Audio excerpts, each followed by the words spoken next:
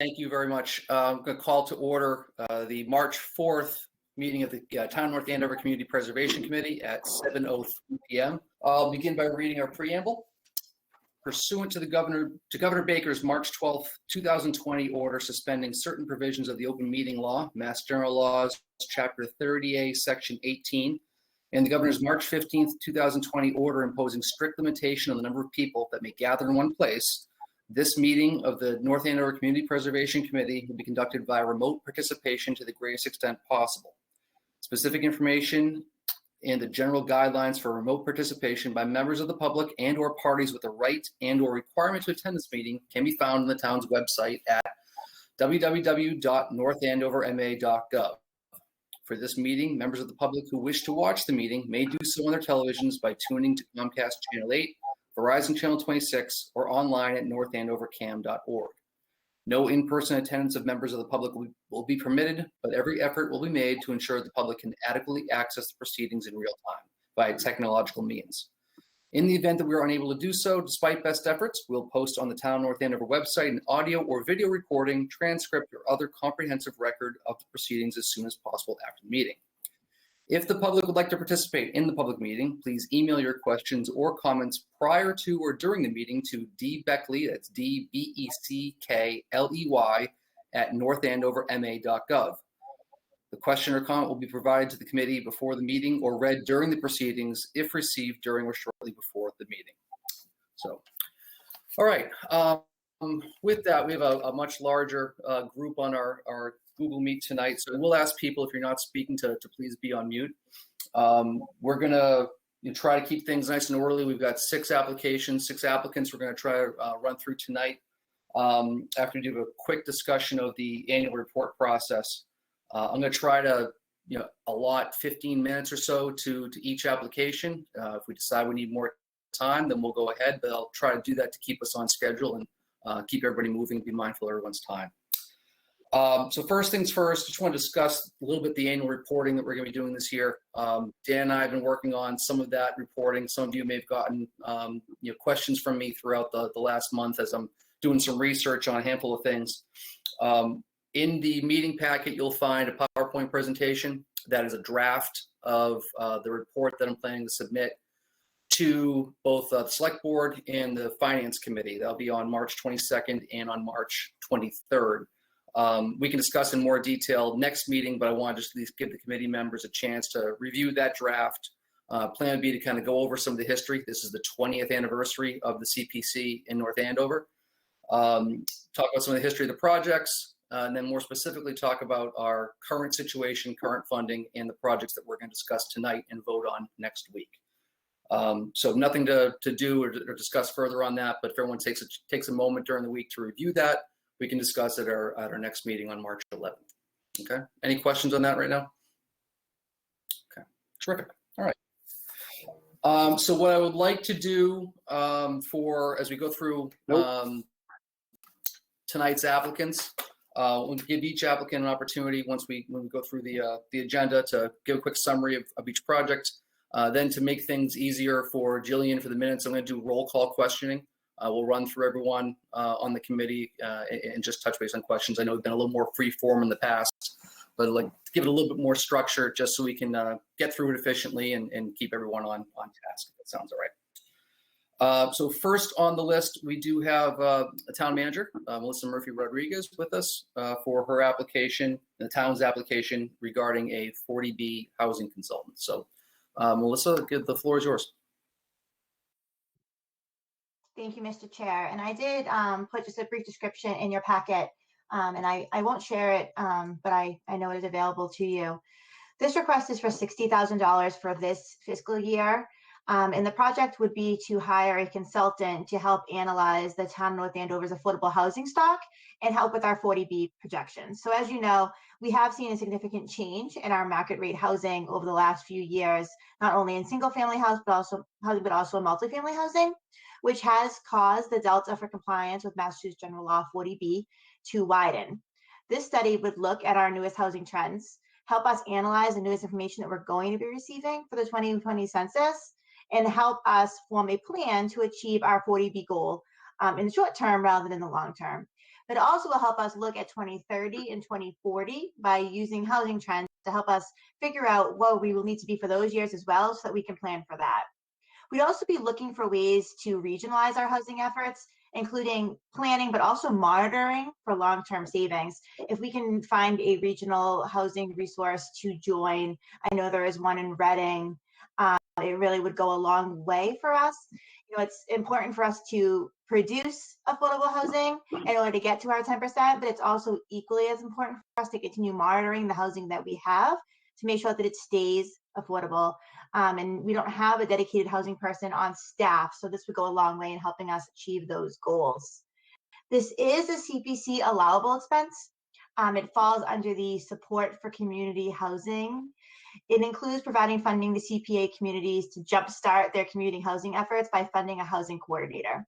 It falls under the support verb on the CPA allowable choices chart, and they've been really good success. If you go on the CPA website, they typically cite Carlisle as having been a community that has had really good success in doing this.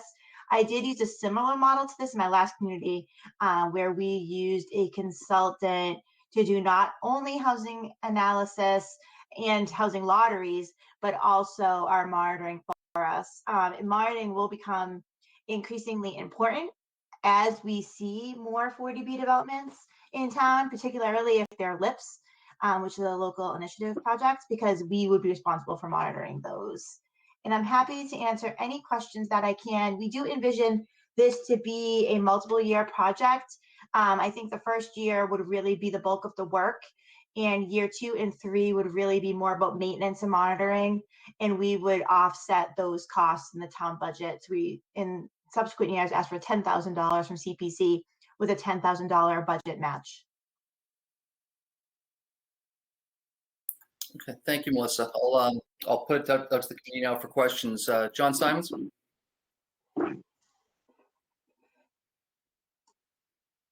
John, you're on mute. John, you're on mute. There we go. Hitting the wrong mute, unmute. Yeah, here we go. I'm slow.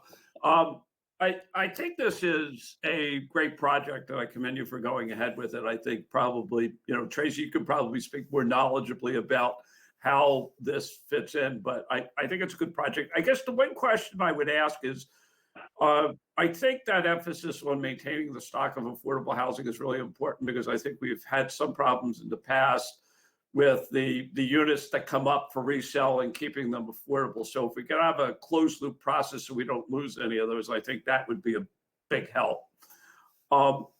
The other, I guess, more the question I would have is, we have a lot of market rate housing in North Andover that's frankly fairly inexpensive. In fact, it's less expensive than some of the housing that's considered affordable. Is there any mechanism by which this consultant could figure out how to move some of that stuff into that category, or in some way leverage that? Because there is a lot of it, and I don't think we don't get credit for it, but I also don't know if we can fully take advantage of it either. In order for it to be counted, John, it has to be deed restricted and fully designated. And not many landlords, even if it's a cheap apartment, they don't want it deed restricted. Yeah, I'm thinking more of the condos. Yeah, same thing. It still has to be deed restricted, affordable. And so it changes, even with the condos and they're rented, the condominium owner doesn't want a deed restriction. That's what's been the problem with a lot of the condos that were 40B, that were deed restricted, that we've lost because of the fact we couldn't find eligible and qualified buyers for those units. So unfortunately, it's quite complicated. CHAPA's done a lot of the tracking through many decades.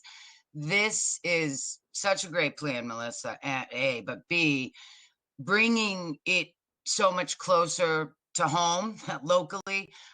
I think we're finally going to be able to get our arms around what the trends are going to be, B, where we really need to go, because I know people hate development, but we're far away from our 40B, and so we can't stop it. So it's best we know what's ahead of us so we can plan smart, and then maybe we can find a way to convince some condo owners, but we're having a hard time holding on to the ones that are already deed restricted. It's so complicated. 40B needs an overhaul, but that's a story for another day. Thanks, Tracy. Yeah, John, did you have any further questions? Right. Tracy, any further comments or questions? No, I'm all good. Thank you. Move. It's a great move, especially for what's on the horizon. And Great. Rick Green? No, I have no Any questions. questions? My only comment is I think it's a great project. Okay. Jack, you there? Hello? Yes, I am. Sorry. Yeah, I do have a couple questions. You know, being new to the committee, and I guess I need a little bit of catch up. And I would ask Melissa to briefly summarize what the 40B goals are that this consultant would be, you know, helping us achieve.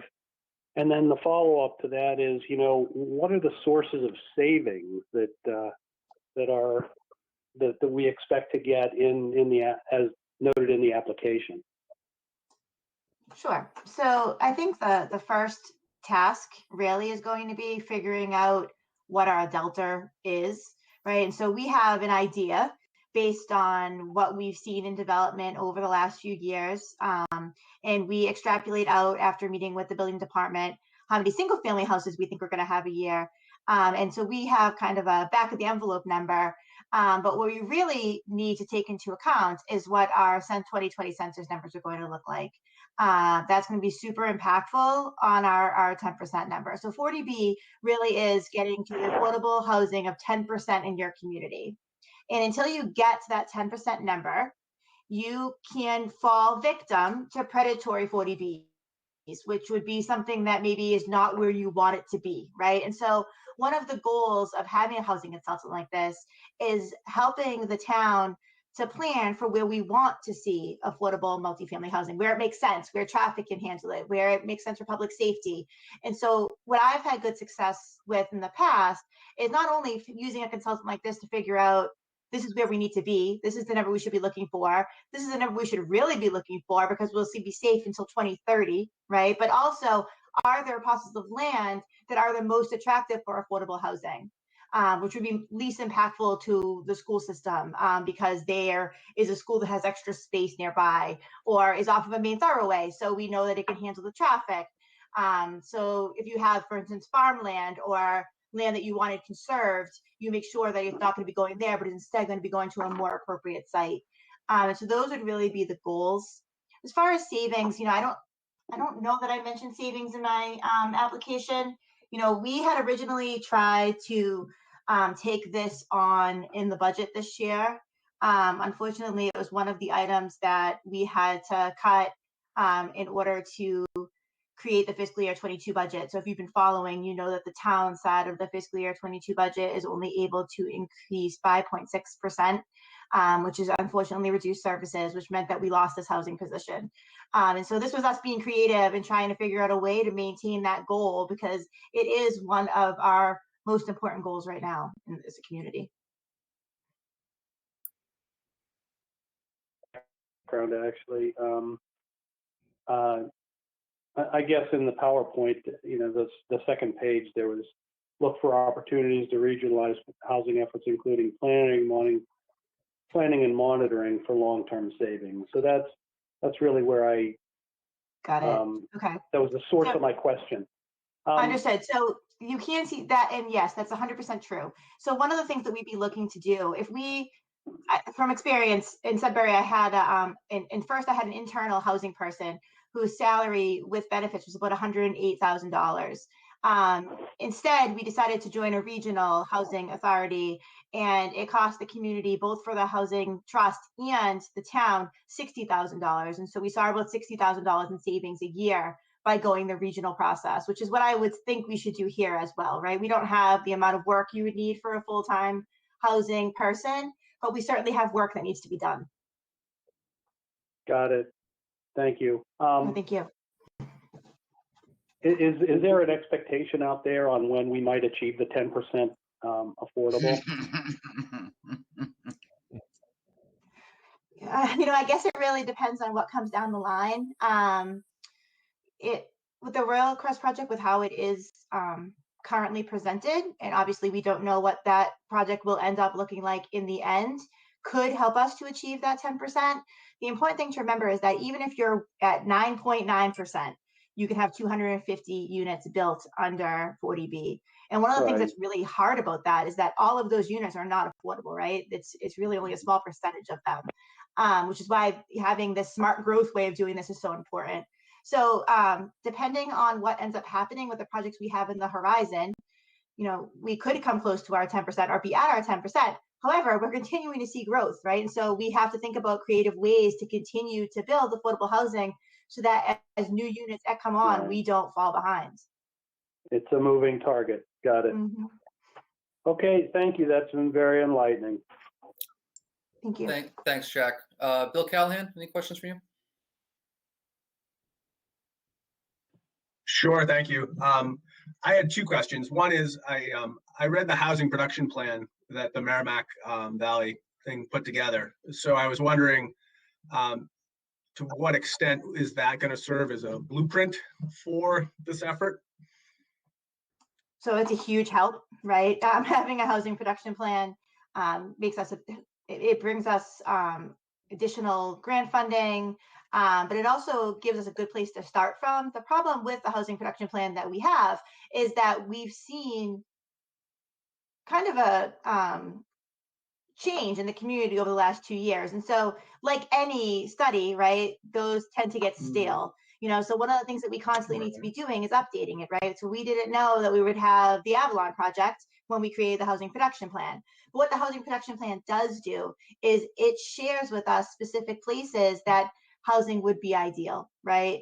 And it also gives us targets as well as ideas for how we can get to that 40B. So it certainly would be a very good roadmap for this person to begin with. We're lucky that we have these studies to build off of. Right. And second is, to what extent is the Housing Authority a partner in this effort? And how would they be incorporated into it?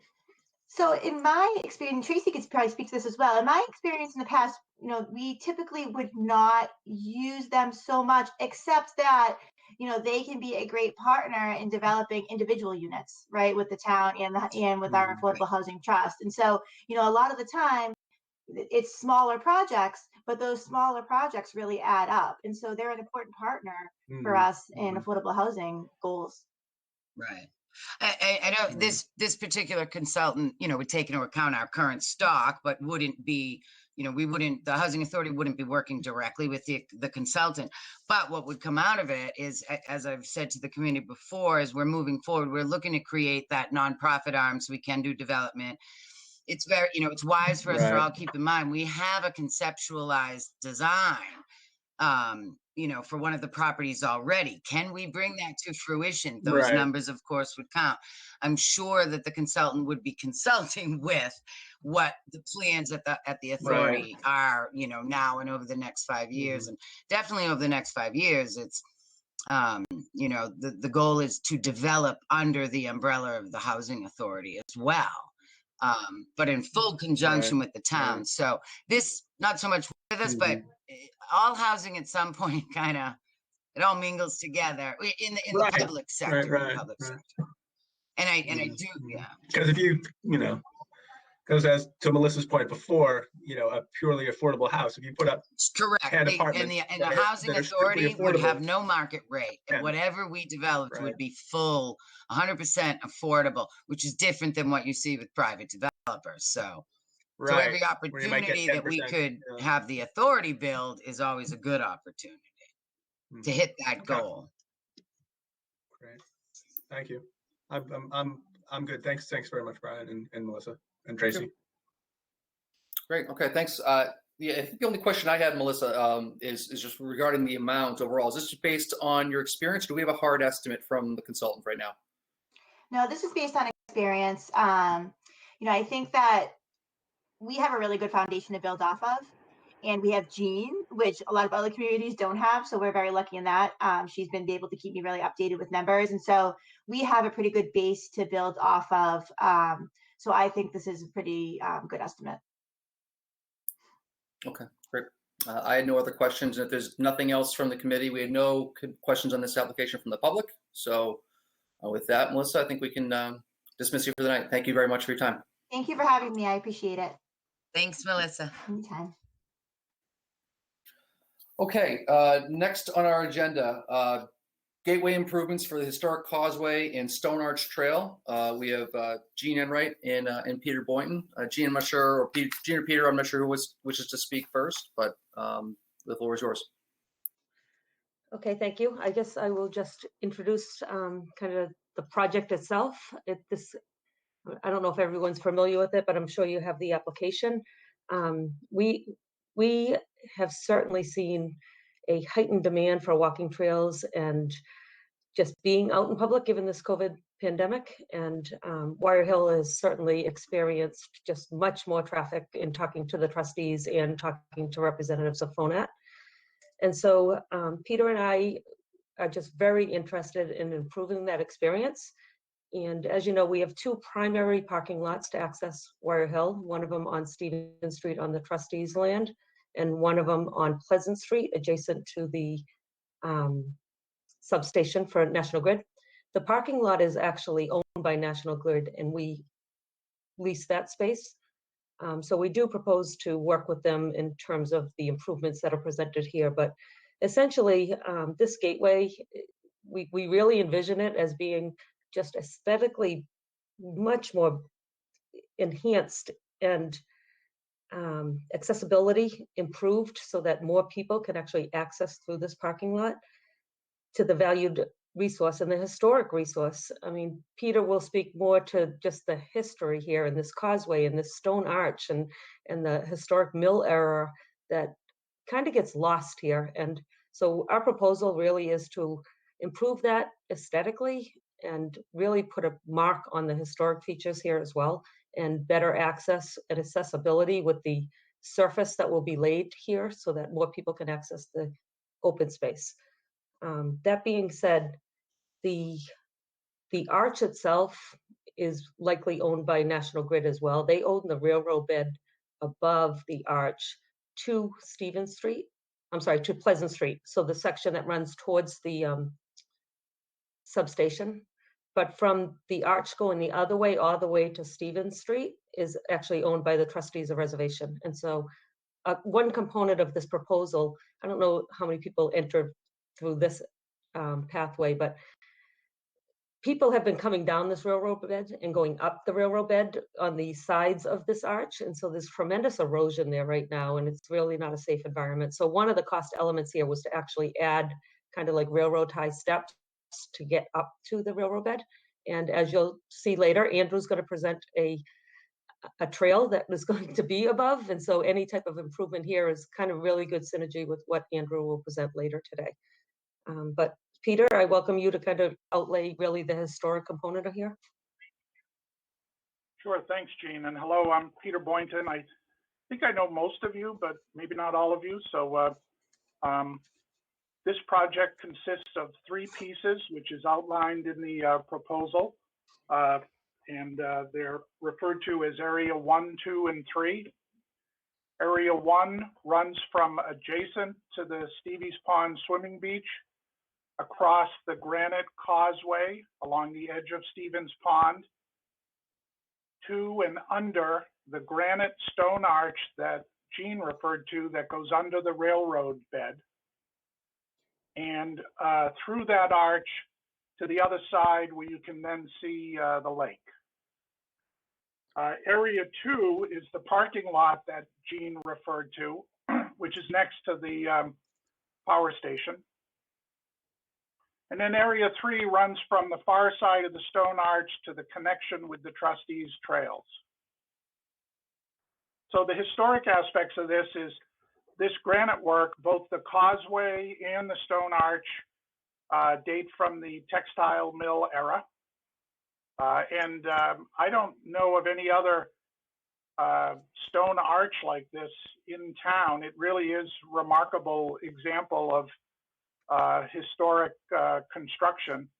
And of course, the railroad bed itself also dates from that textile mill era.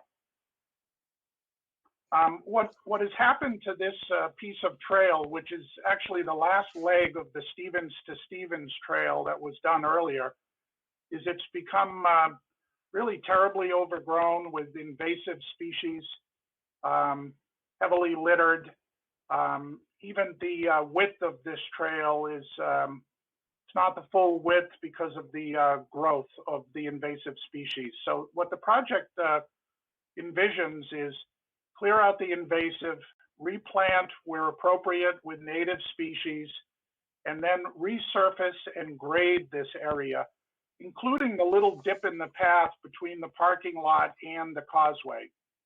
What that will allow is accessibility for those who may be impaired. And if you look at the access trails to Wire Hill, this is really the only flat access point that would allow accessibility for additional people. And the access trail on the other end really is immediately sloped. So this is the only shot, and this would provide that accessibility. One other thing that I'd like to note, I also volunteer as the harbor master, and I know there's no harbor, but there is a harbor master. And that role has really turned into a lot of trash picking up. So unfortunately, I'm very familiar with picking up trash in this area. And this is a place that's just really hammered with trash, and it's kind of ugly and disgusting, and dog droppings as well. And there's two problems with that, aside from it being, you know, really pretty sad area. One is that trash and dog droppings wash directly into Stevie's Pond, right neighboring the public swim beach with kids swimming there. And it's just a terrible thing to see. And the other thing is, just on the far side of the stone arch, that trash and dog droppings drain into the lake. And of course, that's our drinking water supply. So, you know, there are clearly people who care about it. They pick up after themselves. But if you walk through there on any given summer day, you'll see it's really just not respected, and it's kind of sad. And so in talking to the trustees, they have a concept called the entry experience. And they try very hard for their properties to create this entry experience that really immediately creates a positive impression. Wow, this is a really nice area. And to some extent, you know, certainly not for every person, but to some extent that, at least in the trustees' experience, impacts behavior and tends to promote good behavior. So right now, if you walk through this causeway and through the arch, there's really not a lot there to be promoting good behavior because it just is so nasty. And so if we were able to resurface, pull out the invasives, put in native plantings, I think we could create this entry experience that the trustees speak of. And I think we'd have to endure less trash, and I think people would pick up after themselves and their dogs. Again, maybe not everybody, but I think we really would have an improved area. And because of its location by the swim beach and the lake, I think it's really important. To Jean's point about the stone arch, you know, I've been crawling up both sides of that stone arch since I grew up here, which was more than a few years ago. And it really is heavily eroded. So it's not very safe to go up and down those sides. It's so eroded. And also, I think at some point it could create a problem with that stone arch, and that would really be not only a safety issue, but a shame to lose that sort of thing. So the idea here is just to put in some very simple railroad ties. They serve a dual purpose to stabilize the slopes against further erosion and also to provide safer access up and down. Yes. And I would only add the last component that we're presenting is a consolidated signage program, a kiosk consistent with our other trail networks that will really speak to a lot of what Peter mentioned in terms of pick up your trash. We really believe, I mean, people behave better when they're in a really pleasant environment. I think improving the aesthetics will help that, but I think our signage right now is sparse and it's kind of like tied to the chain link fence that separates Stevie's Pond from this area. And I think the kiosk right up front, prominent, as they enter the parking lot will go a long way to, again, influence behavior. Terrific, thank you. I was unaware of the entry experience phrase, but certainly experienced it. So thank you for pointing that out. I'll turn it over to the committee now for questions. John Simons. Yeah, I think Gene and Peter, thank you for putting all the thought and effort into this project. One observation is one of the things that's great about this is it does combine open space and recreation with historical preservation, and I think that's a big plus. The only other comment that I would make is I believe that right when you get into the edge of the lake, there's actually some real interesting historical significance because the water rights to basically the lake were owned by the mills, and actually probably about 100 years ago they were given to the town, and that's something that really should be celebrated. I think that's a very interesting part of our history. Yeah. Thanks, John. Tracy. Oops, sorry. No, yeah, I'm good. I think it's a great project. I love that John just brought that up. I mean, it's probably within the last decade we did put a nice, plaque out there thanking the 3 families that had given the water rights. It was actually a rainy day, but a lovely ceremony, if I recall. So I love that John brought that up because it's really twofold. Yeah, it's great project. Thank you. Thanks, Tracy. Rick Green, any questions? I think it's a great project. My question would be, what do we foresee as maintenance in the future once this is restored? What is the plan for maintenance? Yeah, that's obviously a really good question, Rick. Our DPW certainly gets pulled in on these things. I'll definitely talk to them and provide a response to that. But these are really these native plantings. I think maybe I'll reach out to FONAT too. I mean, FONAT does a lot of our maintenance on trails, and so I think they'd be a great resource.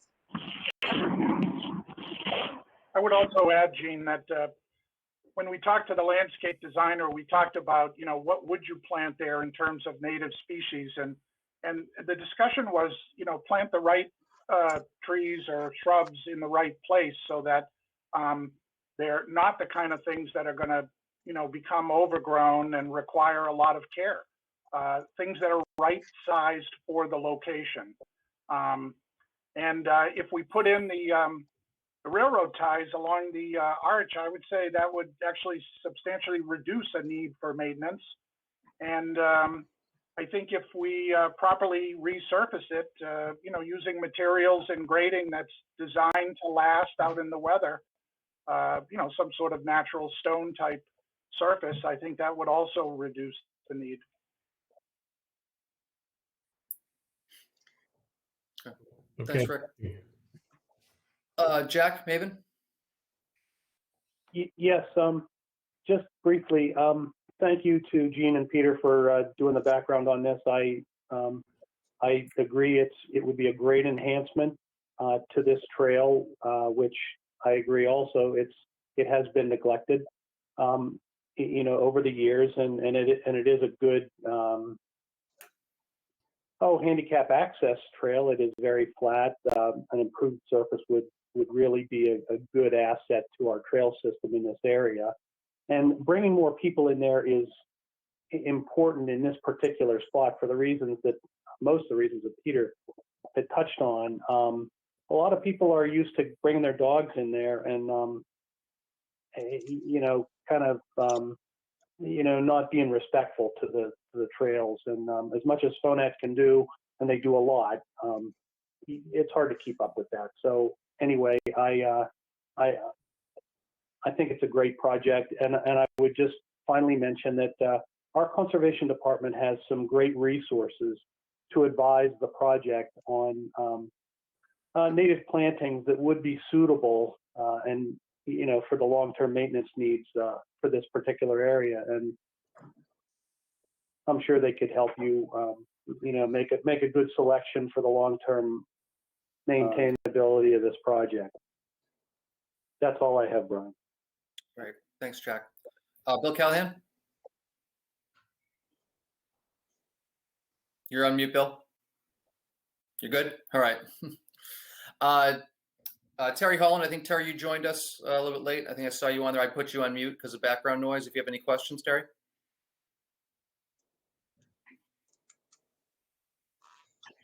Okay. Not hearing it. You are still on mute, Terry, if you're trying to talk.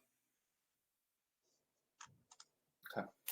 All right. I did get a question from CJ Ganji, who couldn't make it tonight prior to the meeting. He did note that the arch was built in 1848. For those of you asking, it's a little hobby of his he's been following.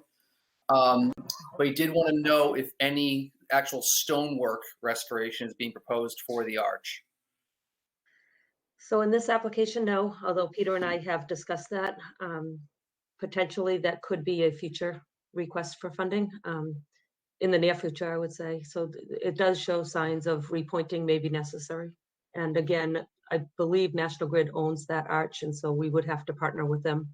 But as soon as next year, I think with Peter and I have discussed that. Okay. All right. Excellent.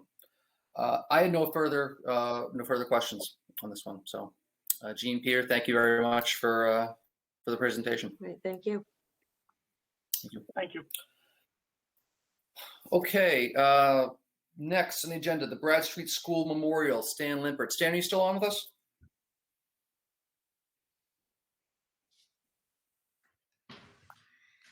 Stan, I think I see you on there. You might be on mute.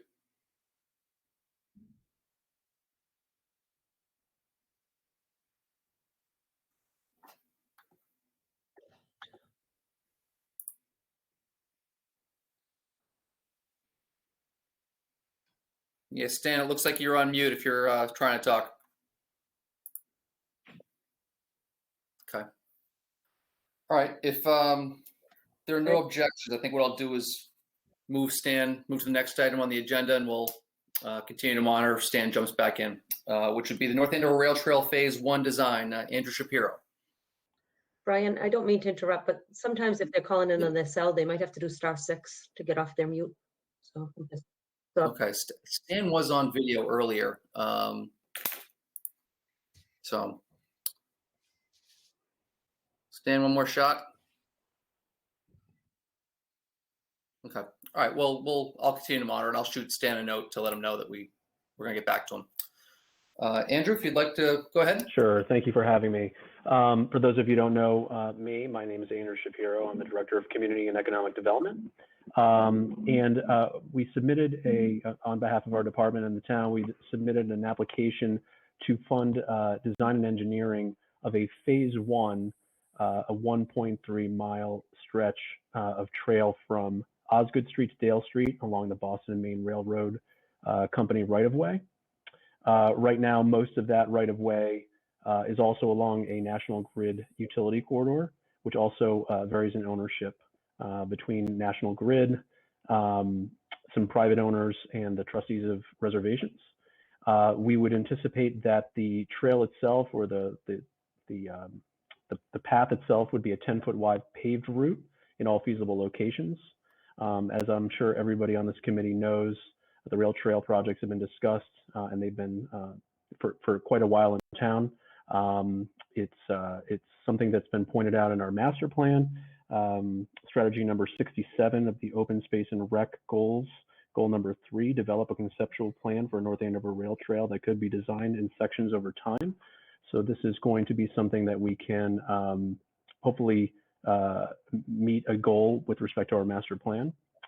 To the extent that there are any issues that have to be sorted out over time, we feel as though by funding this and bringing a consultant on board that would help us design it, we'd be engaging in a community driven process. So we'd be able to sort of work out any needs with respect to alternative routes if that became necessary.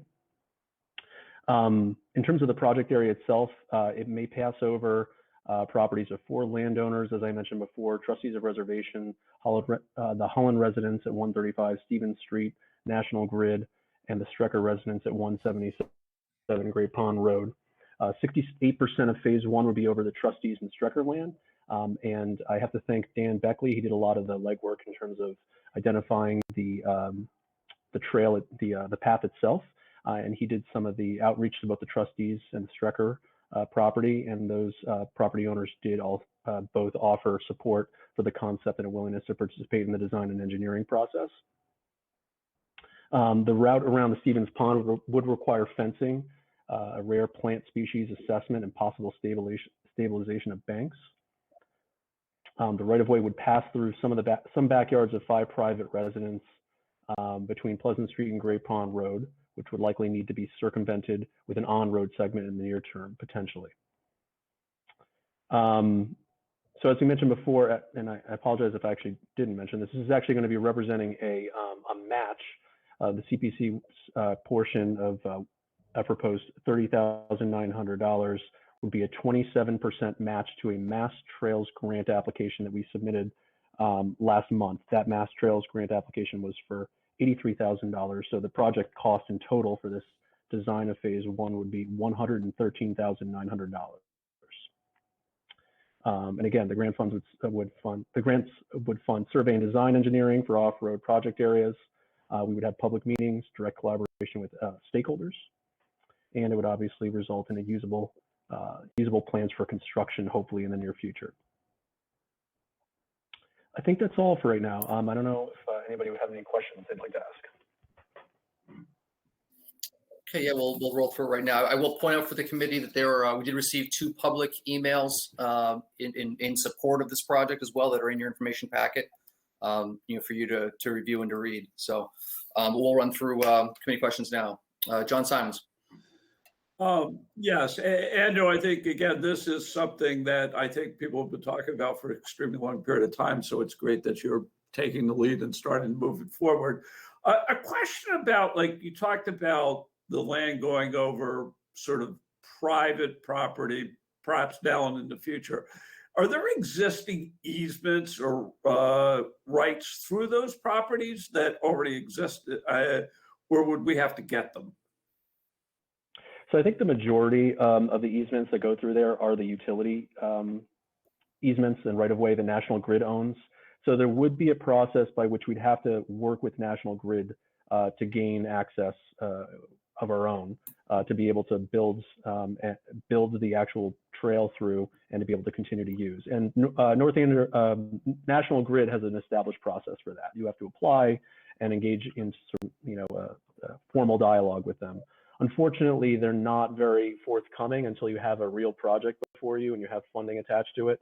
So there's not much more that I could really say as far as what that process would be. But I know that they've worked with other rail trail projects throughout the Commonwealth and other rights-of-way issues throughout the Commonwealth and towns and municipalities on a regular basis. So I don't anticipate it to be a problem. Okay.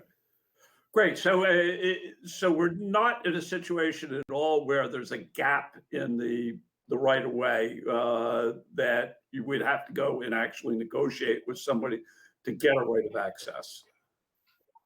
The only situation that could present itself if there were such a gap would be that anything that kind of present itself as an issue, we have options to go on road in portions that could present issues. And so let's just put it this way. There would not be a gap in the rail trail itself. It's just there's a plan A and there might be a plan B and a plan C. But I think in any event, we'll be able to produce a fully formulated phase 1 of a rail trail. And long-term is the extension, the thinking to go out along where the rail trail goes along Salem Street and all the way out by Grenville Lane and that area, or what's the thinking? So I think so that you mean beyond this phase 1, you mean? Yeah, long term. So I think long term would be, to get it all the way to the Middleton line to Blue Ridge Road. I can't really, my knowledge of the geography, given my lack of time, here in North Andover is kind of not that strong. So I couldn't tell you with the amount of specificity that you're asking, but I think we will be continuing to try to use the rail bed right of way all the way to the Blue Ridge Road intersection. Andrew, if I could interject. So yeah, please, Jean, please bail me up. Okay, what we've outlined, John, is phase 2. is where the phase 1 ends at the corner of Dale Street and Marble Ridge, where that substation Yeah. is. Phase 2 would pick it up there and run it from Dale Street to Blue Ridge Road. And that's a pretty clear area right now. If you remember Regency Place, when they were permitting it, the PRD, they wanted a waiver on the 50-foot setback requirement for the PRD, Yeah. and the board didn't allow that because their justification was there's an 80-foot wide railroad bed, and they didn't think the additional 50 feet was warranted. The board didn't approve it, and so this is that section. And we really think if we can get it to Blue Ridge Road and the improvements at Tarky's, providing a broader market and a restaurant at Tarky's, I mean, it really will serve well to, even if it may take a very long time to get it to the Middleton line due to wetland concerns and various concerns in that stretch. But this gets us from the high school to Tarky's. And so it would be a great path for not only high school students, but just families to go to lunch and back downtown. And it connects at the high school to the Mills to Hills Trail, which gets them down to the Mills. And it would be all one contiguous path at that point. Yeah. So. And actually, since Jean mentioned that, I should also note, I don't have it specifically in front of me, but there is a master plan goal to also better connect, that portion of town to the downtown. So we'd be, at least from a pedestrian and bicycling standpoint, being able to accomplish that if long term, connecting from the Mills to Hills to the high school to, the Dale Street intersection. I think it's a good, ambitious project, and I think it would definitely be, a benefit to the town in many respects. Good. Great. Thanks, John. Tracy, any questions from you? Oh, okay, great. Rick Green? Just a couple. The fee, consultant fee, is that something that would go into an RFP, or is that something that the town has already retained a consultant or at least engaged one? We have not retained a consultant. To the extent that we've engaged one, we worked with the DPW to identify, to sort of estimate this cost. And I know that they had consulted with some outside consultants. I don't know who specifically those consultants were. Typically, procuring a consultant for engineering and design doesn't require going out to RFP, but we could feasibly do that. So we'll have to have an internal discussion about what the best approach going forward would be, whether we know a consultant that we want to reach out to, or if we want to put out for an RFP. The RFP process is just a little longer, but it could in many respects, maybe bring in a better talent pool, hopefully. Just as an FYI, one of the original members of the CPC in North Andover is an architect who's designed multiple rail shells for his company. He doesn't live in North Andover anymore, but he's one person to hit up if you want to get some advice. So, okay, that's a good tip. Thank you. Okay, Rick, did you have any other questions? Yeah, just one other question in terms of difficulty with conservation issues. Do you foresee any in this stretch of trail, and also with the proposal to pave the pathway, if that's going to add any issues in terms of approvals through conservation? Yeah, so I know that Dan did a little additional legwork. He went before the Conservation Commission. Dan, I don't know if you have any comments about if you got any concrete feedback from the Conservation Commission on any potential issues they might have with respect to paving a 10-foot wide path through any of this area? They weren't particularly concerned about it, but there is one in phase 1 that's within 100 feet of the path. I think if they went out and they'd probably identify others, but there's at least one that's been delineated. And as mentioned, there's some endangered plant species in the right of way. There is currently a walking trail through there. So not plant species growing on the current path. But they didn't really have much to say about phase 1. Phase 2 has a lot more wetland issues. It's not as bad. So, I mean, and just to kind of put a bow on it, I would say, engaging a consultant to look into these issues and kind of work with all stakeholders, all relevant stakeholders, and that includes local boards and commissions like the CONCOM, would be part of this process. So we'd be able to sort of to the extent that there are any issues with wetlands, we'd be able to troubleshoot with an engineering consultant to help design this in a way that it doesn't negatively affect both, endangered plant species or wetlands areas. Okay, thank you. Sure. Thanks, Rick. Jack? Yes, thanks, Brian.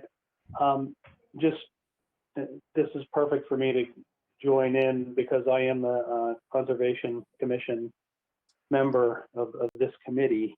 And Dan did a great job when he presented for us at a meeting. It seems like about 2 months ago by now. And we got a good general understanding of the project. And we are generally supportive of trail projects in town, realizing that the way to keep a trail clean is to have foot traffic. It might sound counterintuitive, but people take care of their trails. They value them. So, in general, with trail projects that come within 100 feet of the wetlands, of course, by the state act and our bylaw, we are required to review those projects. And part of that review is to impact the design so that it,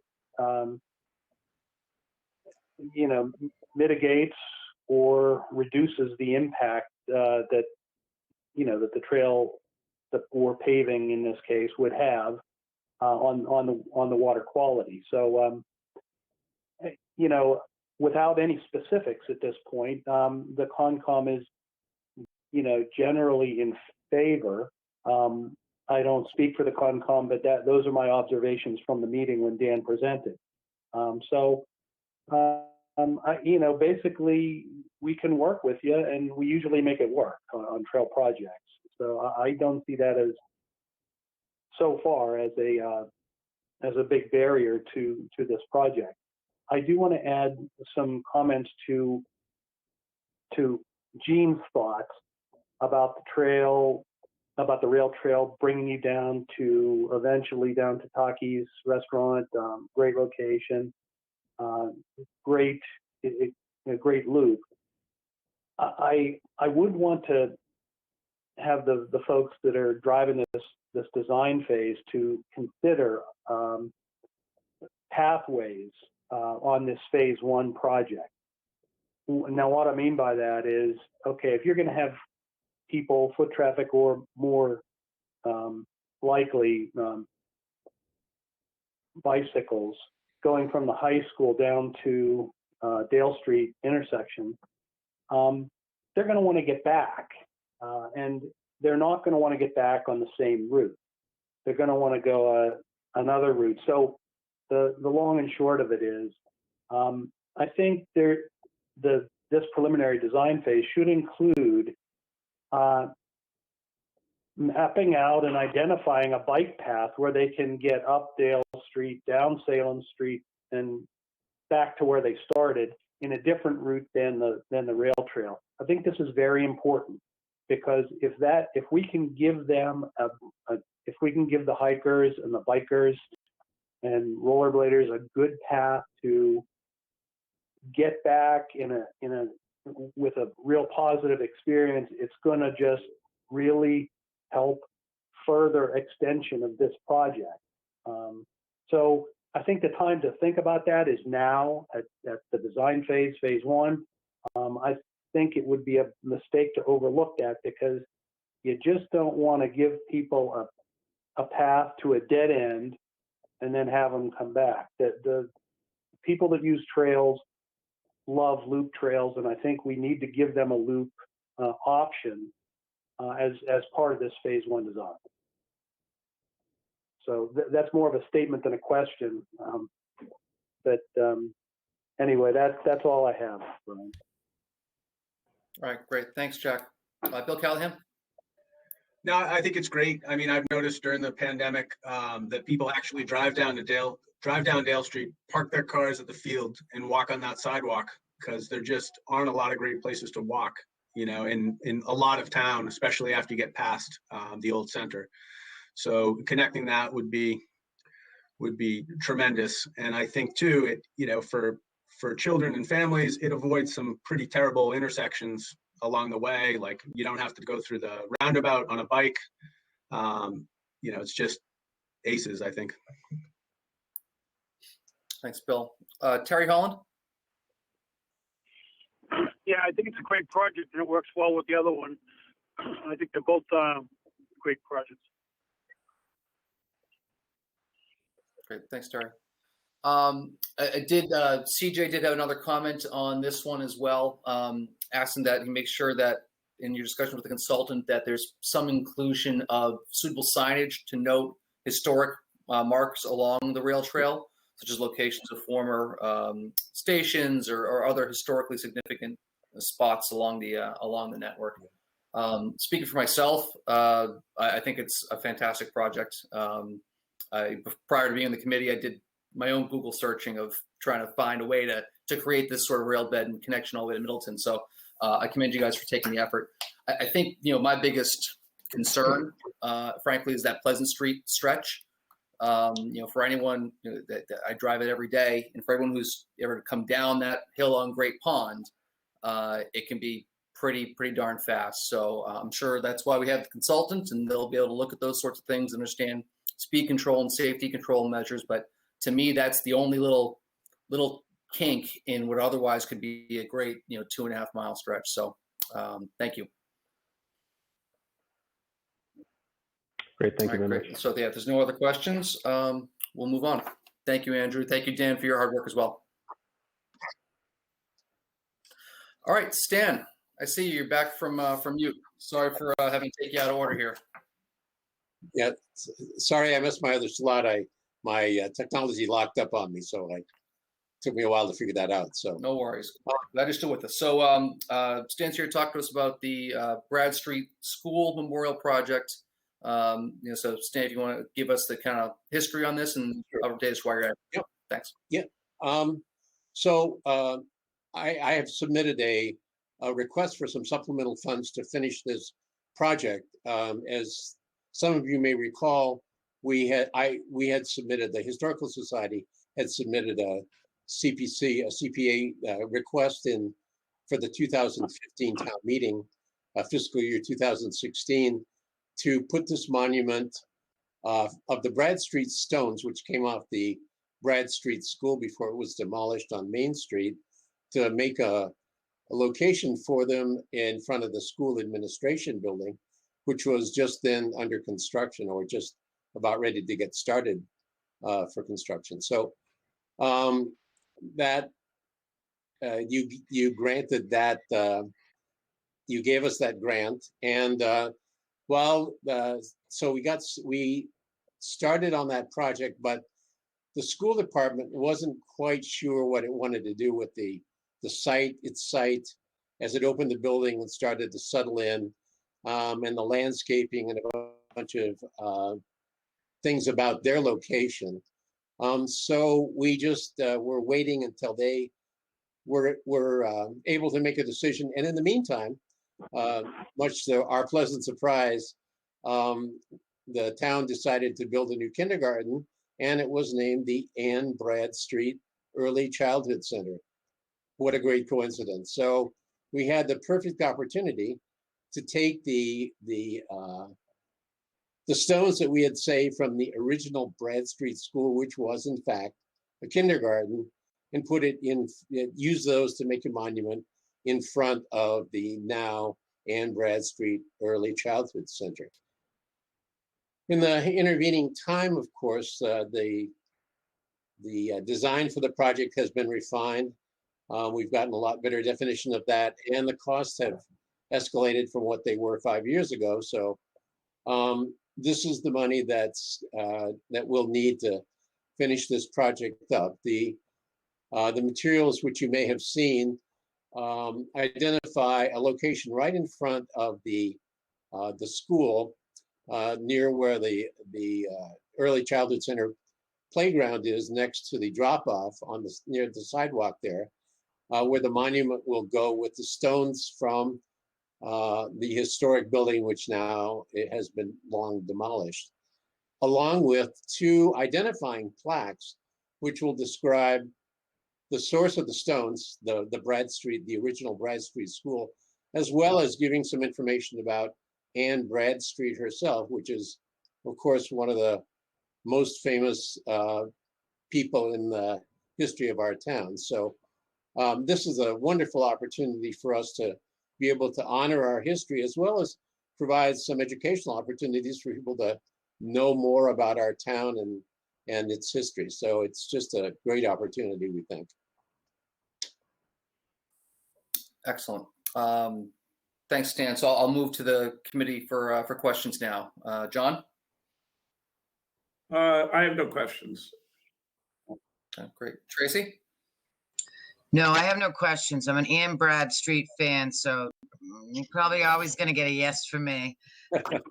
I even her poem, my dear and loving husband, even had it in my wedding program. So Well, it comes to Anne. Yeah, this worked out. I mean, if we would have planned it, we would have been geniuses, right? Couldn't have worked out better. Seriously, Right? right? It was just a miracle that this all happened in this way. So Yeah, just it's perfect. wonderful. Yeah. Thank you. Rick? No comments. Okay, Jack? I have no question. You say 1 question or no questions? No questions. Okay, great. Bill? You're good? Terry? All set. All right. Well, I guess I'll skunk at the picnic stand. So in the application, I think the only thing that I didn't see there is it's just a breakdown of the cost difference, the actual hard dollars. Do we have that? Because I see the old original appropriation and how that got budgeted out. I just don't see the difference for the 21,000 in the packet. I can send that to you. Okay. All right. If you can get that to us before our next meeting on March 11th, so we can all review that prior to voting, that would be great. Not a problem. Okay. All right. Well, if we have no other questions, then we can let you get on with your night. Stan, thank you very much. All right. Thanks. Thank you. Okay. 2 applications left to go. I appreciate everyone's patience as we move through this. Next is the Smallack Farms Passive Recreation Project. I believe we have Michael Smallack joining us for the meeting. Michael? Yeah, I'm here, and I'd like to thank everybody for allowing me to speak to the group. And also on this call, I hired a general manager, Dean Meese, who's also on this call, and he started September 1st.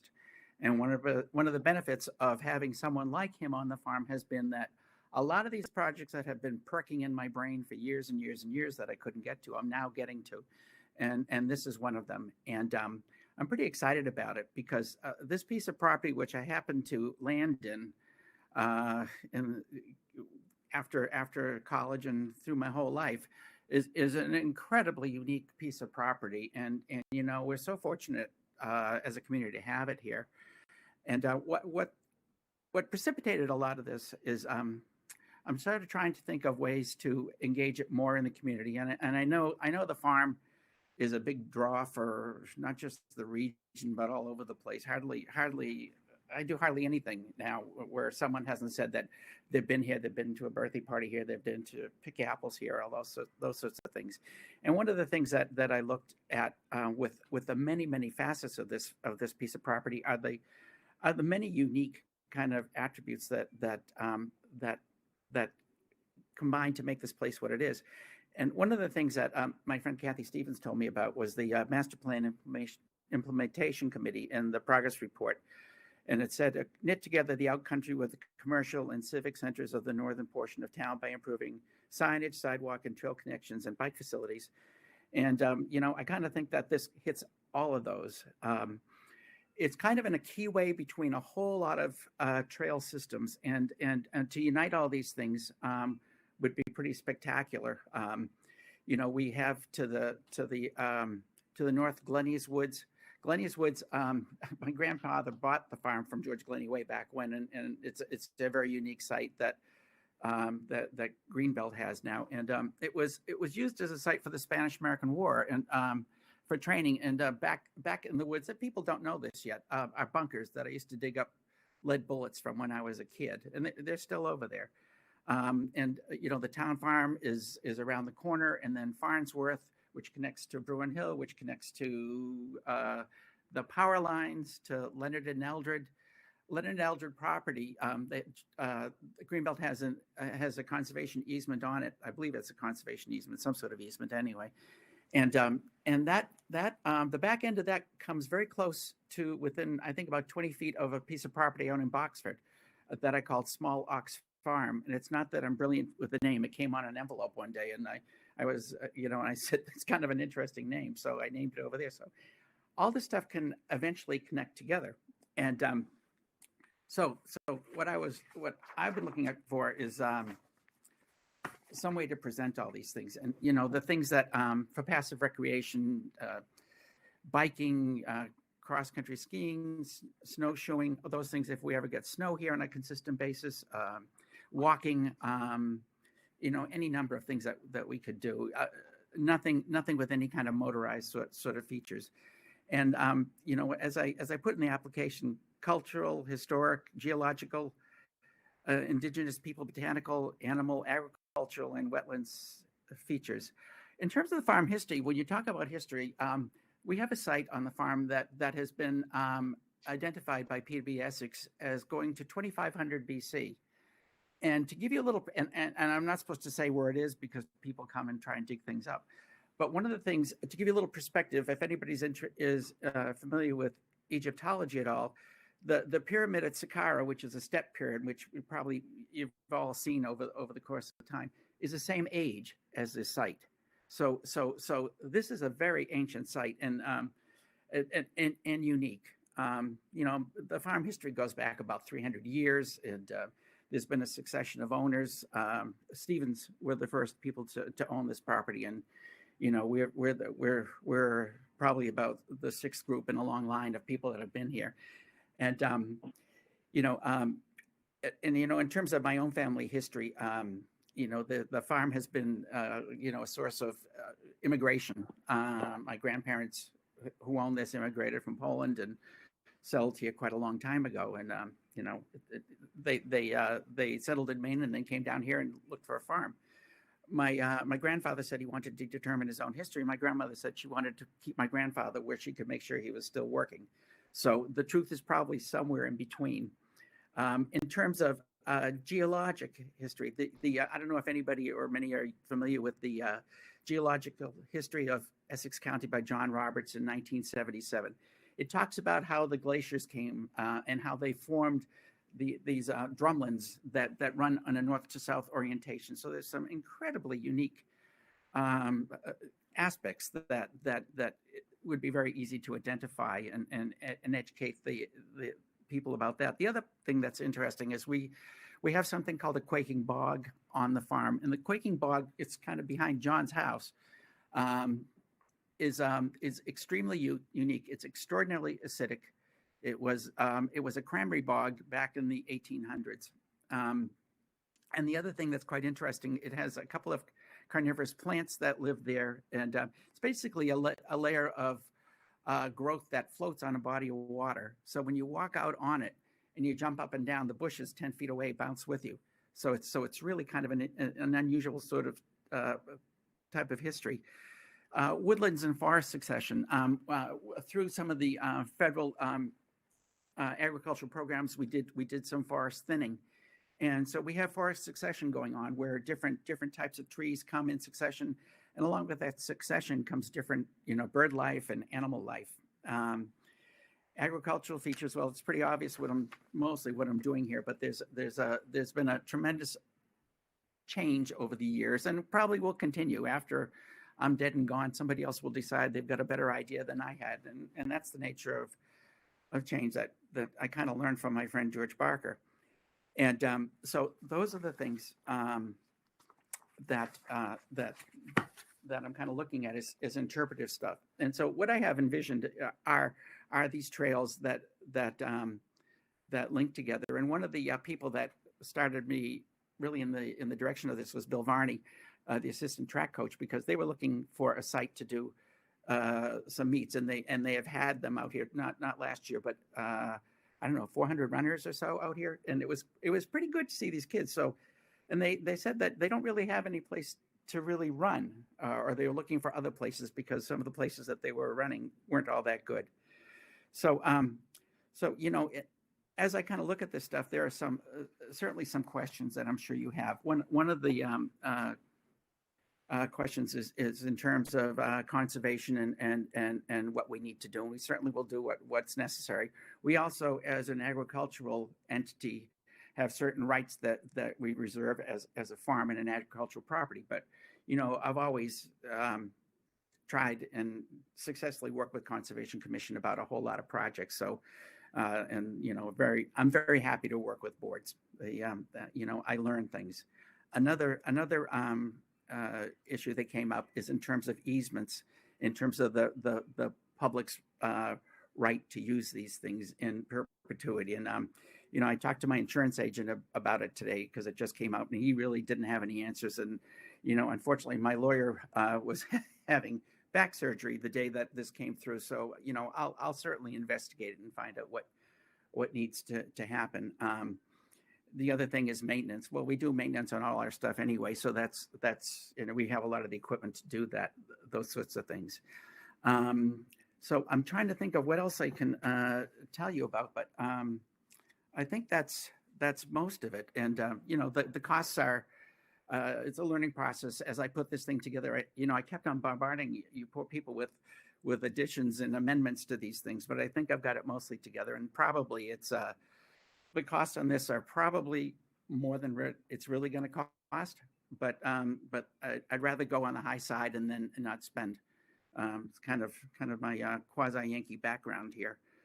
But so if anybody has any kind of questions, I know Jim LaFond is kind of familiar. He used to work out in some of these woods back in the old days, and maybe John and I can do some walking on these trails, work off some of this COVID weight that some of us, I'm not suggesting anybody, but some of us have kind of gotten during this period. So any kind of ideas or suggestions, I'm more than happy to pursue. Thank you, Mr. Smallack. I appreciate your enthusiasm for this. So I'm going to turn it over to the committee now, and I'm sure they have some questions for you. So we'll consider their order. John Simons. Michael, each time you give one of these talks, I learned something new that I didn't know before. So great stories. Thank you, John. I guess one question I would have,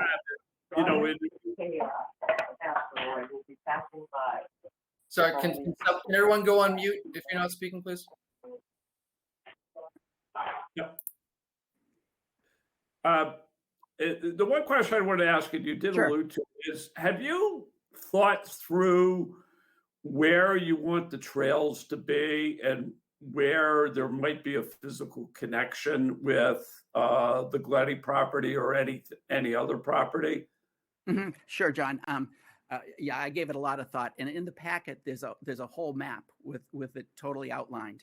On the I'm orienting myself on the southerly side of the property. There's a right of way that was established that would connect it to the Farnsworth reservation, and then the town farm is just a little bit further down South Bradford Street, and our property's nearly across the street from the Glenny property. In terms of one of the things that has been asked earlier on is parking. Well, we've got two very good parking areas. One right up at the knoll at the top of the fields in front of the farm property on Dale Street. There's plenty of room for parking there. And then further down the street on the other side of the street by my cherry orchard, there's a lot of parking available too. So that's not an issue. But either of these things are connected directly or not too far away from these other properties. So I think the connections are pretty good.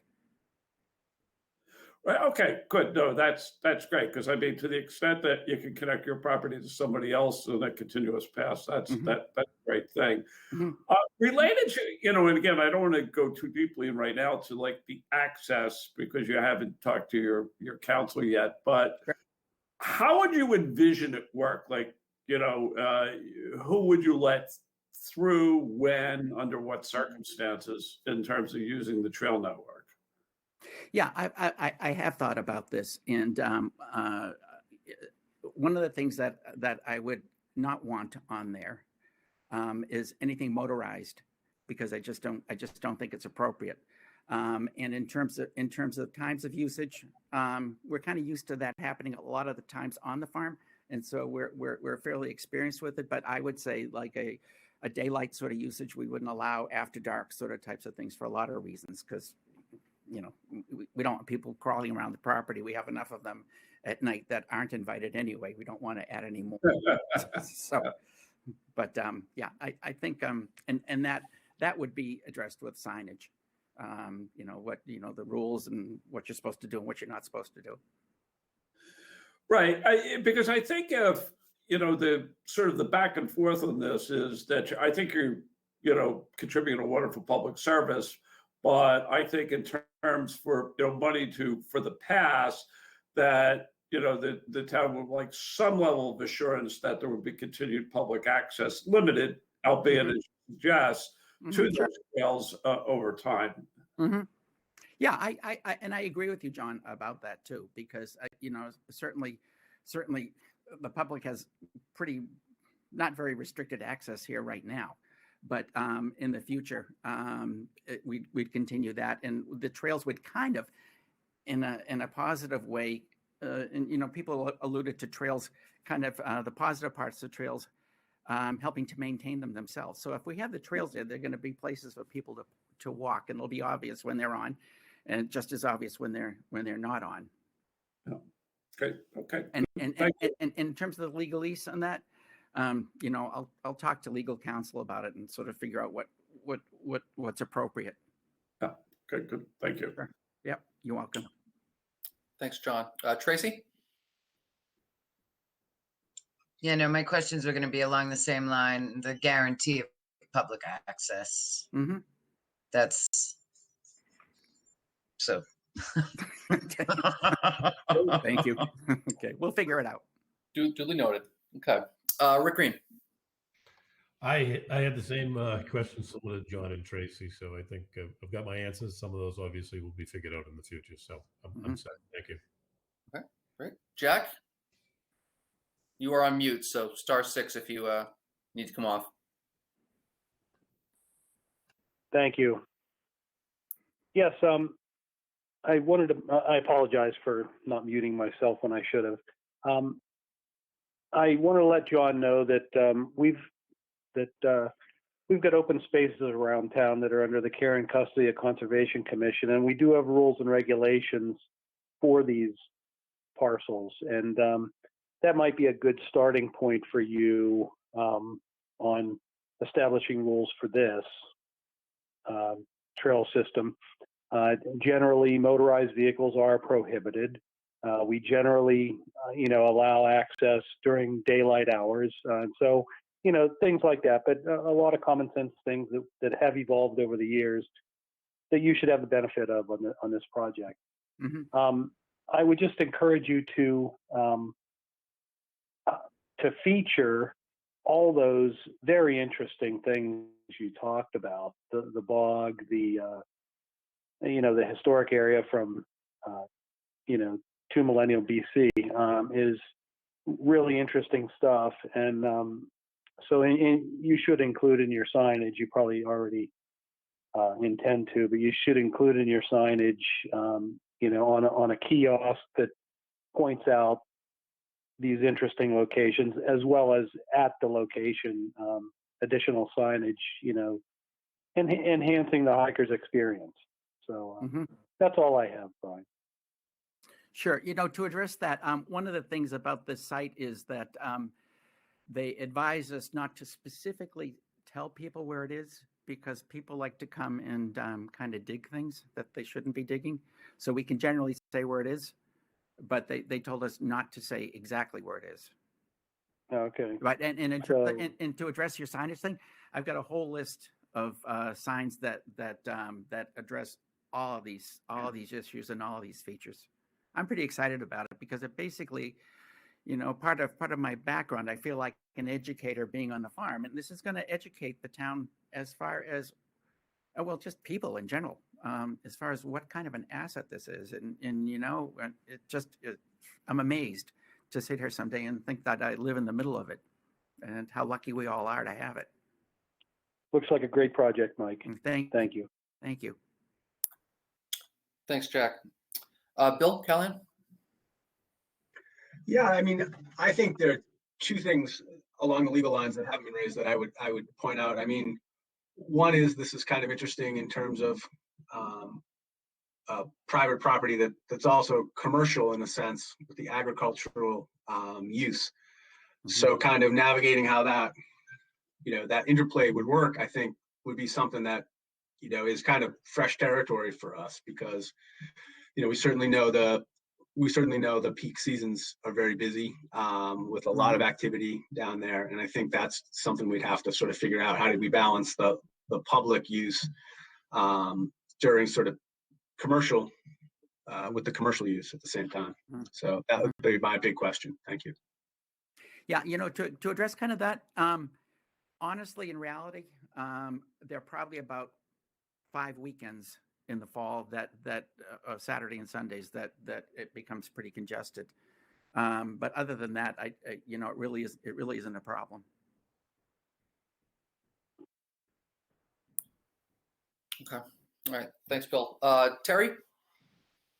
Yeah, I have a few questions now. When you backed out that trail, are people going to be able to leave that trail to go anywhere on the property? Is that my understanding? Leave the trail to go anywhere on the property. Well, all these places you've described. I mean, are they going to have to leave the trail to go to them? Oh no. Actually, I strategically am going to place the signs, at or near where these features are all talked about. Like, for example, if you go to the top of the hill where the orchard is on the other side of Dale Street, I mean, if you look out across that and you look at the vista, I can envision, a couple things up there. Maybe something in terms of the agricultural use and exactly what's happening, in general, or the geological features, because you can see the rolling hills and how things have changed over time. And from the back hill, I'm not sure that you can see it still because the trees have grown, but you could see Mount Monadnock from up there back in the past. So there's things like that. I don't know that I put it on here, but a Bluebird Trail, so that we have bluebird boxes and things like that. Right. I was just going to all the items you were describing. Sure. I mean, it's nice to say they're on the farm, but if you can't go to them, it's kind of just a story, Oh yeah. The other question I had is, go ahead. Have we notified the neighbors? Because if there's going to be more use in that area, and I notice it runs along, other people's properties, have the neighbors been notified of this, and are they good with it? Or? It honestly really doesn't run along other people's property lines. It's all self-contained, and honestly doesn't really get all that close to other people's property. Oh, it seemed to run pretty close to Meeting House when I was looking at it. I thought it was up that end, but maybe not. I guess I'd have to walk it to see. Sure. Have to go out there and see that. Yeah. And then going back to the commercial use was another part of my question is how this is going to be used. We've never really dealt with anybody where it's mixed use, type thing like that. But we can look at that. Yeah. Those are some of my questions. Sure. To address you something with Meeting House, I've had a couple of meetings with them, and some of them have been very, very good, and some have been not so very good. But also I engaged them with the discussion, and there were a bunch of people that were volunteering to be involved with this project from Meeting House. So is everybody going to be happy with it? Everybody's never happy with everything. But by and large, yeah, it'll be a place for them to walk too, and they'll have access. I mean, by right, Meeting House Road, we have full use of for business purposes too. So that was already addressed way back when this was very conceived, way back in the mid '80s. I had a file on it. that was part of what was done. And the condo docs were written to reflect our usage and continued uses and our rights to use it going forward too. Yeah, I hope that answered your question to some degree. Okay. Okay, thanks, Terry. Michael, I just have a couple of questions myself. Sure. And actually, John, maybe you'll have a better sense of this. What's there from a permitting perspective for this to get a trail cut and designated? Is there a permitting process that Mr. Smallack's going to have to go through to get this approved? I don't think so, other than it depends if it's close to wetlands or anything like that. That would be the only factor that I could say. Okay, so potentially. Yeah, and even to address that, some of what I'm proposing to do is very much on existing roads that are already there and have been in use for years in terms of cutting wood and logging and agricultural use. So there's some allowances that we have based on that. But certainly if there's anything beyond that that's required. Oh, there are a couple of wetland potential crossings, and I put them in there, and those certainly would talk to the Conservation Commission about. Okay. I guess just a couple other technical questions is, and I think if we were to advance this as an easement and get all the proper documentation guaranteeing public access, sure. What would come along with that would probably be a survey of in descriptive boundaries. I'm thinking about the projects that we've done in the past. So to the extent that you've got a land survey of exactly where the trail would be, where the public access would be, those are all things you're going to need to make sure that you consider as a part of this, because I think it's going to be something that we're pretty keen on in evaluating this. Do you have a sense of how long the trail would be within the project? Yeah. My general manager has mapped it out, and I think it's, depending upon how you cut it and where you go, as long as 1.6 miles in that quadrant of the farm. Okay. Now, and there's more or less, there are different spurs that exist that we kind of notated on the maps and those sorts of things. So it's pretty long. But you envision it as kind of one loop with the ties to Glenny, the ties to Farnsworth, and then. Yeah, and also some connections within that loop too. Okay. Mm-hmm. All right. And just one other thing to note for the committee, we did receive a letter of support for the project from FONAT. Glenn did submit a letter in favor of supporting it and seeing it as a key component to the rest of our trail network. So just that should be in everyone's packet. Yeah, I think the Greenbelt one should have been in there too. Okay. Yeah. Okay. Uh-huh. All right, well, I have no further questions. If there's any other questions from the committee. Okay, great. Mr. Smallack, thank you very much. Okay, hey, thank you very much. I really appreciate it. And Tracy, we'll talk to you about Ann Bradstreet because I've got. Yes. All right. Okay, great. All right. Night, Have a good Michael. night. Thank you for the opportunity, everybody. You're welcome. Thank you. Okay. Yep. Okay. Last but certainly not least, Ridgewood Cemetery Historic Landscape Phase 9 and the second burial ground. Jim LaFond and Joseph Pellich, thank you both for your patience and hanging in there with us for the last hour and a half as we got through these applications. So I'll give the floor to you. Great. Thank you very much. This is Jim LaFond speaking. Also online is Joe Pellich. We are both trustees at the Ridgewood Cemetery Association. We're filling in for John Smallack tonight, the association president, who couldn't be here. And we thank you very much. It's actually pretty interesting to sit and listen to all the other projects. There's a lot of worthwhile work going on in North Andover, which is always great to see. As probably several of you know, maybe all of you, we've been before you before. We're not newcomers. Many years ago, one of our first applications with Community Preservation Committee was a landscape master plan, which was basically to try to resurrect, renovate, rehabilitate what is a fairly historic cemetery within the Commonwealth. It is one of the first examples of a garden cemetery. We like to compare ourselves on some level to Mount Auburn in Watertown, Cambridge.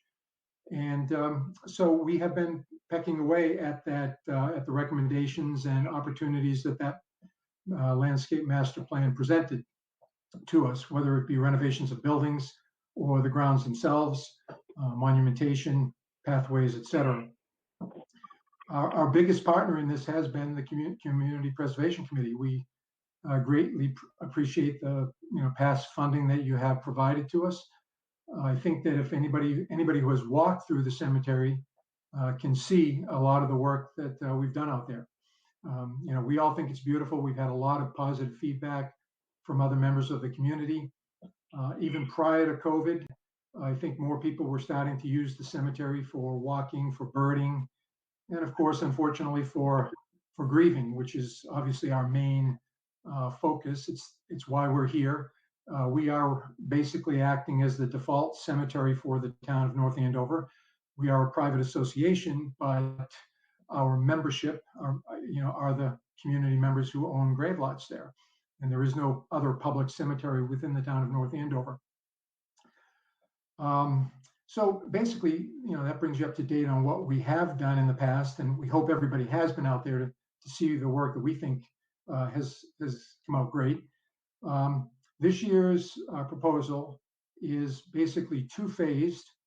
The first phase is a continuation of our landscape master plan work at Ridgewood. And the second phase is something new. It's basically our form of community outreach and giving back to our community. We have negotiated, or we have been talking with the North Parish Church over the past 3 or 4 years. Over many years, they've had difficulty in maintaining the second burying ground, which is on Academy Road. It's been in quite a state of disrepair. They've done their best. They've actually had some community preservation grant money in the past, I think through the Historical Society. And they've done a good job, but it really needs a lot of work. I mean, there's a tremendous amount of monumentation that is broken and now buried. So as you see, there are line items to actually use sonar to determine what is underground and how it should be handled once we do find out what is there. It's just a lot of work. There are some pretty historic components of the second burying ground, as there are with the Ridgewood Cemetery grounds. Cato Freeman, one of the original freed slaves in North Andover, who became a member of the North Parish, is buried there along with other freed descendants of slaves and slaves themselves. So those are the two major components. Unless someone wants me to, I'm not going to go through each of the individual, half dozen or a dozen components of each of those major groups. But again, basically, it is a continuation of work we've done in the past at our current location and at a new location. So again, we thank you very much for giving us the opportunity to be before you tonight and in past years. If anybody has questions, I'd be free to answer them at this time. Thank you, Jim. Yeah, we'll run through them. And obviously, it's a major project, and we've obviously supported it in the past. So thank you for taking the time tonight. Thank you. John Simons.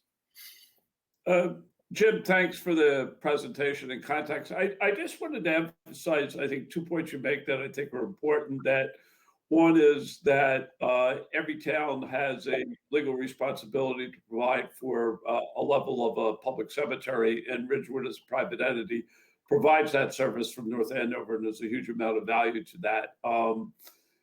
And the second piece is that your emphasis that so many people are using the property today, and that it's not just a historical resource, but effectively an open space resource as well. And I think, and if you think about over the years that we used the cemetery for important community events like the Memorial Day parade, I think that's a big deal. And I think that's kind of a very core part of our culture. So, and I think that the fact that you've stuck with this long-term plan very rigorously in a very disciplined way, and I think a cost-effective way, is a testament to everybody who's worked hard as part of the committee. So well done. So basically, no specific questions, but I just wanted to commend you all for the work you've done over the years. Oh, thank you. Yeah, I would like to interject that the other thing about this project is we have a tremendous group of groundskeepers out there, led by Scott Palumbo, our superintendent. And honest to goodness, I'll tell you, for every dollar that we give Scott to work with, I think we get $2 worth of work done. And it really shows. They do this, you know, it's their job, but it's much, much more than that. And I don't know if you know these people, but they're just great. And, you know, we should take an opportunity of, like I said, of using them and their expertise wherever we can. And Scott has been so good about already spending hours over at the second burying ground with the North Parish people, even before we are potentially taking ownership of it, that he's been a great help over there as well. The other thing I want to note is the whole historical background thing. It's in our proposal and you can look at it, but it's very, very interesting. A cemetery is kind of a repository for all of a town's history. If we go through past community preservation projects, Stevens Estate, Carl Thomas Playground, the Historical Society, Rolling Ridge, McAvoy Field, Wire Hill Parking Lot, Stevens to Stevens Trail. The greatest thing about this, all of these, the proponents of these and people who have been so involved with these projects, they're all interred at Ridgewood Cemetery. You know, so and more. You know, Buddy Sear with the Sear recycling facility. It's a great place to walk through, even you know, just from a historical perspective. So again, sorry to interrupt the questions, but thanks for the opportunity. No, not at all. That's why you're here. So happy to have you. Tracy, I see you beaming. Any questions? No, I have no questions. Long connection to Ridgewood, and I support and applaud these efforts. I have from the beginning. I echo John's sentiments with it's been a methodical approach, and none of it could get done without Scott Palumbo. I totally agree. I completely agree with that. It's just it's really a town jewel, and it is a jewel, even though, you know, it's a cemetery and there is sadness and grieving. But I visit my own father there, and I visit many family and friends, and yeah, it's a jewel. And I applaud where it was, where it's been, where it's going, and it's in particular, you know, the second burial ground. Thank you. You know, thank you. Yeah, great projects, super projects that fall right into our purview. Yeah, it's wonderful. Thank you for the efforts. All right, thanks, Tracy. Rick? No specific comments. I'd just like to commend you on the improvements you've made over the years. I live close by and I see them all the time, and it's nice to see the improvements that have been made, and it's a very nice place to take a walk too. So again, great effort. Thank you. Thanks, Rick. Jack? Just Jim and Joe and John Smallack as well. Thank you for your persistence on this, and you're making an impact. Keep it up. Thank you. Bill? No questions. Fully supportive. Thank you very much. Very great presentation and application. Thanks, Bill. Terry? Same thing. I think one thing I think I need to mention is every project they've come forward with, they've used the money so well, so fast. Did the project, came out beautiful. Every single one of them. It's been unbelievable. Now, I don't know if that's you, Joe, or I know Scott is the day-to-day guy, and I love the guy. He does everything, and the way he treats everybody when they go up there is amazing. It's used for walking, bike riding, all kinds of things other than a cemetery. So I think it's a great asset to North Andover, and I think you guys are a great asset to North Andover. Thank you very much. I will give absolutely all the credit to Scott. And a great example would be some of the pricing we got to restore the wrought iron over at Ridgewood. We got prices in and around in multiple prices in and around the $100,000 plus range. Scott had a gentleman he was friends with who was retired. He's an exceptionally good steel worker, a welder. For about $10,000, Scott and this gentleman went and rebuilt all our wrought iron.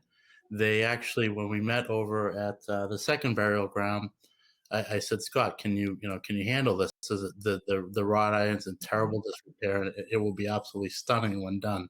He said, Joe, no problem. We have it. We will absolutely get it done, and put in and make the second burial ground look, equally beautiful. So we have a great team, but it's definitely the guys in the field. That's great. Thank you. Thanks, sir. Thanks for pointing that out. And obviously, I can only imagine how challenging it must be to do all these restorations, keeping them consistent with the Department of the Interior and all the historic regulations that they have to go. So, it's great to see the North Parish turning to the pros in town to get this done. I think the two projects are certainly unique. Obviously, enough's been said about Ridgewood, or it is the jewel of North Andover. With regards to the second burial ground, it's obviously far less of a place to go and grieve. It's a place to go learn. It is a historic resource within the town. People hear me tell Cub Scout stories all the time, but we take the Cub Scouts back to the various burying grounds around town to learn about the community. So one thing on accessibility, and I hesitate to bring it up, but is there any opportunity for parking somewhere to make the second burial ground site a little bit more accessible when you've got a troop of Cub Scouts that got to come through and there's 10 or 12 folks that got to get there? Parking in and around the common is not always that easy to get to. And I think we hate to see people pulling up on the curbs and on the edges and, causing erosion, all the kinds of problems. So, I don't want to, take away from any aesthetics, obviously, and historic nature, but I do want to just, mention that if there's any thought of that as you go through some of that planning process. So we have a line item. Sorry, Jim. Go ahead, Joe. You take this one. We do have a line item in the budget in the second burial ground for that. Okay. And essentially, if you look at that centered in the entrance is a wall on the left and right, you could walk kind of straight through. And we absolutely would be building a parking area. It would be gravel, but we would incorporate that with landscaping around it. Different than Ridgewood, less tall trees, more shrubs, kind of different style cemetery, but certainly really well laid out. And I think parking, in that whole area is we need more parking. Period.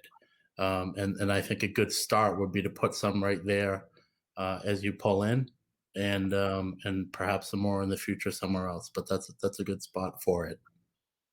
Okay, great. A couple things to wrap that up. Regarding that parking, it is the line item it's 50 by 115 feet. So John, as a planner, might know a little bit better how many spots that gets us. But that is that vacant area at the front of the cemetery that does not have any burials in it, as far as we know. But again, we'll determine that when we do sonar the grounds. Second thing is that we've got a little bit more research to do. This cemetery was laid out in 1817, which was prior to the garden cemetery movement. So we're not trying to replicate what we have out at Ridgewood. It would be artificial to do that. This is going to be a restoration of a period cemetery, 1817 to the mid 1800s. That actually brings up an interesting question, Jim, that there's more curiosity than anything else. Let's say you find remains in one section of the site, with no markers or anything else. How do you handle that? What's the process for that? If you know. We've talked about that because we do that occasionally at Ridgewood. That's happened a few times. It'll be unusual to come across any remains in that cemetery because liners and coffins, and matter of fact, if you walk the grounds, you'll see it undulate where the grave settles as the casket, decays. The type of sonar we're talking about is probably going to be confined to the first foot or two of the surface, which is when a slate monument cracks and falls over, and then the thatch grows back over it. And as the thatch breaks down, it becomes soil and it keeps growing. We're looking for that monumentation that's just under the surface. And that is going to be a question we're going to have to ask is, what do we do with that? I mean, there may be people in schools of thought who say, let it lie. There may be other reasons to believe. We do have a list of who's buried there. If it's an important monument that of someone important in town, and we think it should be preserved for historical purposes, then we may excavate it, repair it, and restand it. Again, it's going to depend upon the condition. But again, this is going to be a lot more. It's going to be a lot of educating of ourselves before we really get to work on this project. That's great. Well, I'm excited to see how it goes. So, all right. Any other questions from the committee? Anyone I missed? Okay. All right, Jim, Joe, Thank you very much. Yeah, thank you very much for the opportunity again. We appreciate it. Thank you so much. Have a great night, everyone. So appreciate it. Thank you. Okay, that brings us to the end of the applications of the guests we're having in for tonight. Obviously, we do have other applications for Playground Master Plan and Affordable Housing Trust, which we discussed last time. So the plan would be to take a vote next week, March 11th, for our next meeting. Everyone can digest the information we heard tonight, and then we can retake this up, part of our regular scheduled meeting on the 11th. And then, like I said, we present to the Select Board and the Finance Committee on the 22nd and 23rd. So for some reason, the schedule worked out a little bit better for us this year. So we didn't have to jam all these meetings in. All right, do I have a motion on the minutes? Move to accept. Go ahead. I was just going to move to accept the minutes of February 11th. Thank you, Tracy. Second by Rick. All right, all those in favor, I'll do a roll call vote. John? Yes. Tracy? Yes. Rick? Yes. Jack? Yes. Bill? Yes. And Terry? Yes. Okay, great. And do we have another motion? Motion to adjourn. Motion to adjourn. Thank you very much. Seconded by Tracy. And the roll call. John? Yes. Tracy? Yes. Rick? Yes. Jack? Yes. Bill? Yes. Terry? Yes. And I too am a yes. That makes it unanimous. Thank you all for your time tonight. And See you next week. See you next week. Thank you.